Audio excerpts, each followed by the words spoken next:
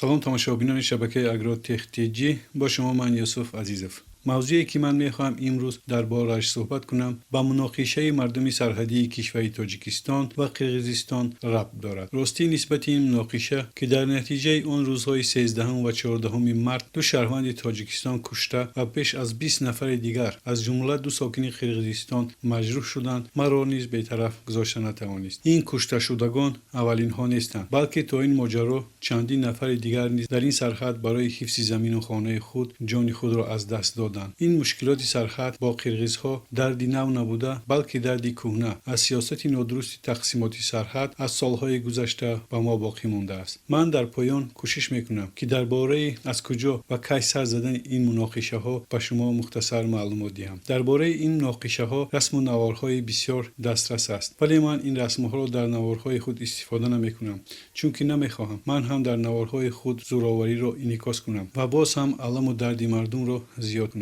اگر شما تا حال با کانال اگروتک ابونه نشده باشید، حتما ابونه شوید و لایک ماندن را فراموش نکنید. شعبه وزارت کارهای داخلی در اسفاره میگوید موضوع اصلی این گفتگو شنید قطع کردن ساختمان راه آقسای تمدیق بود که آغاز بنیاد آن با مخالفت ساکنان دهکده تاجیکانی واروخ بر آن به سر زدن مناقشه باعث گردید. ولی ساکنان دهه آقسای تخمینا ساعت 3 بعد از پیشین روز 14 مارس شوریده مرزبانان قرقیز راه ماشینگرد واروخ اسفاره را دوباره بستند. در نتیجه این حادثه شهروند تاجیکستان رسایدین تشای 37 ساله ساکن محله تیدون جماعت دهاتی واروخ به هلاکت رسید. روز دیگر از این پیش در پی تیر سلاحی که مقامات تاجیک آن را شکاری نامیدند، حسین حکیموی 43 ساله کشته شد. با اطلاع سرحدبانان تاجیک روز پنجشنبه انصارالدین حیدر 16 ساله ساکن محله تیدون جماعت دهاتی واروخ از دست چپش مجروح شد. مقامات مرزبانی درباره آسیب جسمانی دیدن ساکنان دیگری محلی خبر دادند. در همین حال خدمات دولتی مرزبانی قرقیزستان با بخش قرقیزی رادیوی آزادی گفت که تیری به هوا خالی شده خصوصیت آگاه کننده داشت. مقامات قرقیزستان گفتند که در حادثه های روز 14 مارس یک خادم میلیسه این کشور مجروح شد. مجلس نمایندگان پالاتای پایینی پارلمان تاجیکستان با مناقشه در مرز کشور با قرقیزستان واکنش کرد و گفت قضیه را از نزدیک پیگیری دارد و به جای حادثه نماینده خود را فرستاده است. مقامات بلندپایه تاجیک از جمله عظیم ابراهیم معاون نخست وزیر، رمضان رحیمزاده وزیر امور داخله، رجب علی رحمان علی فرمانده نیروهای مرزبانی و دیگران در اسفاره قرار دارند. با هدف پایان دادن به تنش‌ها میان مقامات تاجیکستان و قرقیزستان مذاکرات آغاز شده است، ولی خبرنگاران را به این نشست راه ندادند. مرکز مطبوعات سرایست قشون‌های سرحدی کمیته دولتی امنیتی تاجیکستان شام 14 فوریه با پخش اظهارات گفت که صرف نظر از تدبیرهای امنیتی وضع در مرز دو کشور مرکب باقی میماند. این ساختار بار دیگر جانب قرقیزستان را با آن متهم کرد که مانع گفتگوهای هیئت حکومتی برای حل نزاع شدند. خط مرزی بین تاجیکستان و قرقیزستان 970 کیلومتر طول دارد. تاکنون تنها 504 کیلومتر آن تعیین و علامتگذاری شده است. در منطقه‌های علامتگذاری شده مرز عمدتاً در بین ولایت‌های سوخت و بادکند بارها ساکنان برای دسترسی به آب و چراگاه دست به گریبان شدند. 5 سال پیش ده‌ها ماجراهای مرزی در بین ساکنان دو کشور باعث به کشته شدن دست کم 4 نفر شد. مقامات محلی از هر دو طرف هم میگویند تا زمانی که مشکل علامتگذاری مرز حل نشود، دعواها برای دسترسی به منابع آب، زمین و راه، چراگاه‌ها خاتمه نمی‌یابد. ریشه مشکلات در موقع جانب‌ها است که یک کشور به خریطه سال‌های 1920 و جانب دیگر به خریطه سرحدی سال 1950 تکیه می‌کند. موافق نقشه و خریطه‌های تقسیمات دولتی دوره اتفاق شوروی در منطقه ولایت سوخت درازی سرحد 514 کیلومتر را تشکیل می‌دهد که از این 157 کیلومتر به ناحیه مسچو، 56 کیلومتر ناحیه قانچی، 17 کیلومتر ناحیه اسپیتامین، 43 کیلومتر ناحیه کونیبادوم و 186 کیلومتر به ناحیه اسفاره راست می‌آید. در حال حاضر در خط سرحدی ناحیه مسچو، قانچی و اسپیتامین 145200 هکتار زمین به حسی باقی ماندند و حالی از این 143 هکتارش را قرقیزها و 2200 هکتارش را تاجیکان همچون چراگاه استفاده بوده ایستادند. چندین بار در وقت مشورت‌ها عاید معلوم نمودن خط سرحد از طرف تاجیکستان تکلیف شد که زمین‌ها برابر تقسیم کرده شود، ولی طرف قرقیزستان به این ضد برآمد. طرف قرقیزستان با توافقنامه الماتا رو که سال 1991 و کنونسیای مسکو رو از 15 اپریل سال 1994 که در اینجا در وقت تقسیمات دولت‌های مشترک و منافع و صاحب استقلالیت شدن آنها گفته می شود که خط سرحدی این دولت‌ها از روی در اصل استفاده آن زمین‌ها معین شود. دستک کرده این زمین‌ها را صاحبی کردنی‌اند. ولی تاجیکستان میگوید که این دو حجت همه زمینه‌های حقوقی یوردیکی را گرفتن را نگذاشته است و قوه یوردیکی ندارد و تاجیکستان آن را اعتراف نمی‌کند. برای آنکه هر حجت قوه یوردیکی گیرد، باید از چندین زینه‌های تصدیق یوردیکی گذرد و قوه یوردیکی پیدا کند. تاجیکستان باشد تکلیف آن را دارد که خریطه تقسیمات حدود و سرحد سالهای 1924-27 در تقسیمات سرحد استفاده شود. قرقیزستان باشد این چنین دعوای آن را دارد که قراری کمیسیون دولتی سال 1989 استفاده شود که تاجیکستان قطعاً به این ضد است. این قرار هم سال 1989 در وقت قبول کرده شد که در این سال زد و خورد و مناقشه بسیار کلان رخ داد که چندین نفر جان خود را از دست داده، چندین خانه افت ها سوزانیده شده بود و کمیسیون حکومتی آن وقت این قرار را قبول نموده مردم را به زوری خاموش کرده بودند. طرف تاجیکستان این قرار را که از زینه‌های ضروری یوردیکی نگذشته است قاطعانه قبول ندارد و این قرار نه برای تقسیمات حدود بلکه برای حل نمودن مشکلات قبول شده بود. سال 1990 با تکلیف شورای وزیران جمهوری تاجیکستان و قرقیزستان اکسپرتیز حقوقی تقسیمات سالهای 1924-1927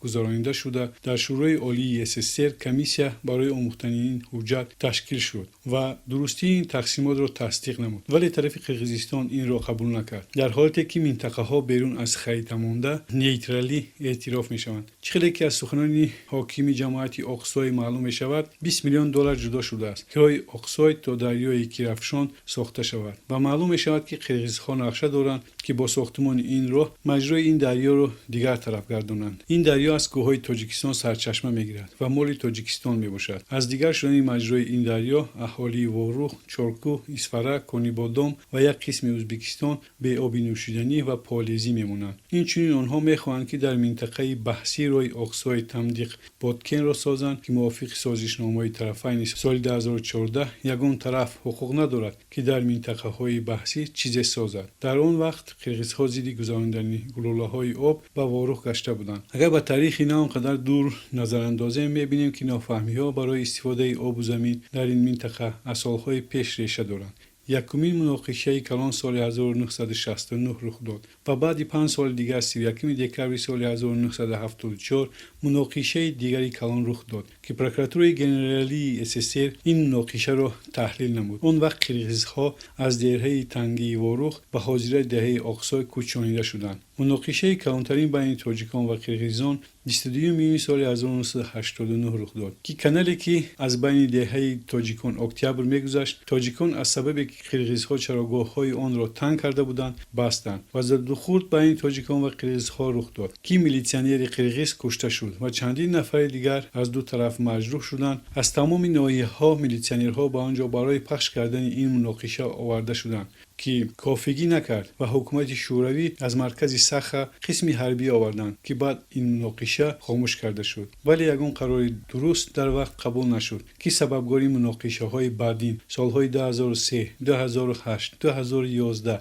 و 2014 و نهایت مناقشه سال 2019 گشت. چون که در بالا گفتیم در مناقشه 13-14 مارت امساله تلفات جانی یعنی 2 نفر شهروند تاجیک جان خود را از دست دادند که این مصیبتی بسیار بزرگ است و میلیون ها گکتار زمین بهای جان یک انسان را داده نمیتواند و ما هم خود و همه آبونچیان شبکه و تماشابینان با اهل عائله قربانیان همشریک بوده با آنها صبر جمیل خواهانیم. بعد مناقشه یگانه راهی که طریق دهه اقصای میگذرد و وروخ را با اسفره یعنی تاجیکستان میپیوندد بسته شد. تاجیکستان و قرقیزستان بیش از 970 کیلومتری مرز دارند که از این حساب بیش از 470 کیلومتری آن معین و علامت گذاری نشده است. همین نامعینی باعث می شود که سری چند وقت ساکنان برای ساختمان راه و آب و چراگاه با هم درگیر شوند. گفت و شنیدها تا روز 18 مارس دوام داشت و اینک نتیجه آن چنین است. تا نتیجه را گفتن همین را گفتنی هم که مناقشه بین دو کشوری همسرحد برای یگان طرف فایده آور نیست. از شما خواهش میکنم در کامنتاری ها حقارت ندید، چون حقارت را فقط آدم ترسانچک و کم قوت میکند و ما تاجیکان تا امروز چنین نبودیم و فقط دعای آن را میکنیم طرفها توانند با طور صلح‌آمیز و دوستانه آن مساحت مرزی که علامتگذاری نشده است تیزتر حل خود را یابد تا مردم آسوده زندگی خود را دوام دهند. برای مردم هر دو طرف بسیار مشکل است که دائم با ترس و هراس جنگ زندگانی میکنند. مذاکرات هیئتی حکومت تاجیکستان و قرقیزستان که 14 مارس شروع شد 4 روز ادامه کرد. در نتیجه روز 18 مارس هر دو جانب گفتند که به سازش رسیدند. این هیئت را معاون نخست وزیران دو کشور عظیم ابراهیم و جنیش رزاقوف راهبری کردند. در پروتکل مشترک در پایان مذاکرات گفته شد که جانب قرقیزستان به بنیاد قطعه راه ماجرابرانگیز اقصای تمدیق ادامه می‌دهد و در برابر آن به ساکنان تاجیکستان اجازه می‌شود که در 2 کیلومتری جنوبتر این قلمرو در قطعه راه واروخ سامانیان اسفره راه خود را بسازند. علاوه بر این قرار شد که از حساب خادمان ملیسیای دو کشور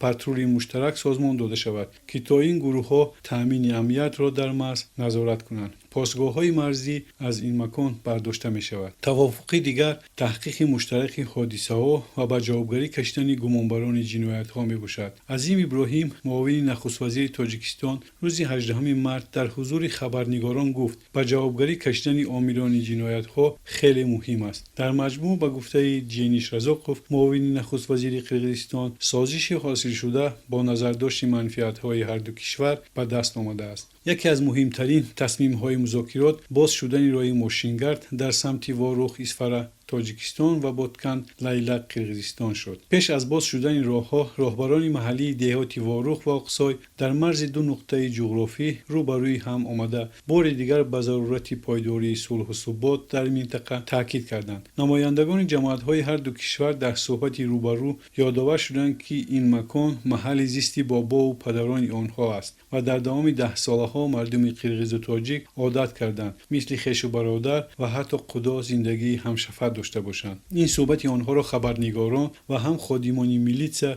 از فاصله 100-200 متر همچنین ساکنان دهات اطراف نظارت می‌کردند. بعد این هر دو جانب سنگ‌های رمزی میانی راه گذاشته شده را برداشتند و راه ماشینگرد دوباره باز شد. از این راه اول ماشین‌های باربر گذشتند که دوام 5 روز بعد شروع مناقشه‌ها در مرز درمانده بودند. کمیته پارلمانی عاید به مسائل بین‌المللی دفاع و امنیت قرقیزستان روز 19 مارس در جلسه پس درهای بسته گزارش حکومتی این کشور را درباره نزاع در مرز با تاجیکستان شنید. در جلسه روز سه‌شنبه قربانبای اسکندرف نماینده مخصوص حکومت قرقیزستان در مسائل مرزی، راهبران خدمات سرحدبانی، نمایندگان وزارت کارهای داخلی و نهادهای دیگر اشتراک کردند. بخش قرقیزی رادیو آزادی گفت جزئیات جلسه پشت درهای بسته افشا نمی‌شوند. روز 19 مارس دادستان کلی قرقیزستان گفت در پی نزاع در مرز 7 پرونده جنایی باز شد. تحقیق حادثه آغاز شده است. خبرنگار اینترفاکس با تکیه بر سخنگوی دادستان کلی قرقیزستان نوشته است: گروه بین‌دولتی تحقیق‌های حادثه هفته گذشته در مرز بر اساس ماده‌های